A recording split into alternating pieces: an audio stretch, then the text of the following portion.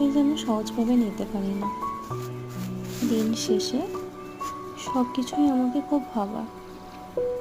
খুব ছোট্ট ছোট্ট বিষয়ও আমাকে ভীষণভাবে মুড অফ করে দেয়।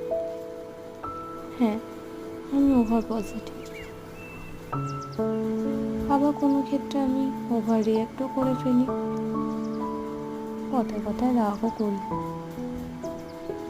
খুব অল্পতেই আমি কেঁদেও ফেলি।